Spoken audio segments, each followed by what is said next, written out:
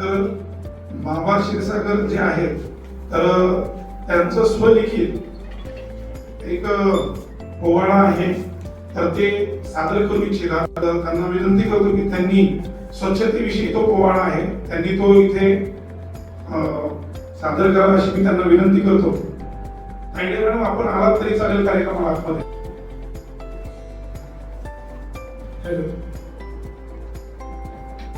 मी स्वलिखित लिहिलेलं आहे जी मुळामुठा नदी आपली घाण कशी होत चाललेली आहे आणि त्याच्यासाठी काय नदीची व्यथा काय ही मांडण्याचा प्रयत्न करतोय. मुळामुठा नदीचा पाणी आहे, मुळामुठा नदीचा पाणी, मुळामुठा नदीचा पाणी, मुळामुठा नदीचा पाणी घाण केलं कुणी सांगावा तुम्ही ऐकावं.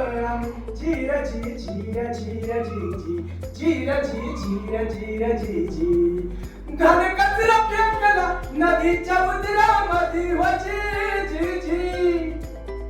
या नदीचा खडकवासला धरणापासून वाहत येते मुठा नदी आणि पवना नदी पासून वाहत येते. ती मुठा नदी आणि या दोन नद्यांचा संगम होतो संगमवाडीला. पण त्या नदीच्या पाण्याचा संगम होतो का कचऱ्याचा संगम होतो हे कळायला मार्ग नाही. म्हणून ही नदी काय म्हणते, खडकवासला धरणाचा पाणी मुळामुठाच्या उदरामध्ये चाले शहरा चार दिशेने गवाही लय व ध्यानी. मी स्वच्छ सुंदर नदी निघाली का हो कधी चिराची चिरा चिरा ची ची ची. नदी काय म्हणते, माझं रूप टाकलं बदलून. म्हणजे सारांच्या काळामध्ये त्या नदीचं पाणी मजुरीनं पित आहे. तर नदी काय म्हणते, माझं रूप टाकलं बदलून असं वाटलं नव्हतं ध्यानी म्हणी. माझं रूप टाकलं बदलून असं वाटलं नव्हतं ध्यानी म्हणी.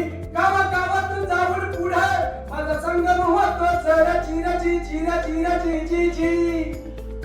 या नदीची व्यथा ऐकून शेवटी आपण सर्व माणसांनी, मग आपण एसआय असो किंवा अधिकारी असो किंवा सर्वसामान्य नागरिक असो, एवढंच करायचं.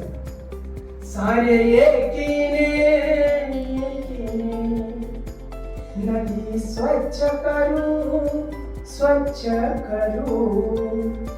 कचरा वर्गीकरण करू. निसर्ग चित्राला सत्यामध्ये पाहू. नदी खळखळणारी गीत पुन्हा एकदा गाऊ. गीत पुन्हा एकदा गाऊ. हे ताजिरा चिरहा चिरहा ताजिर दाजिर दाजिर. धन्यवाद.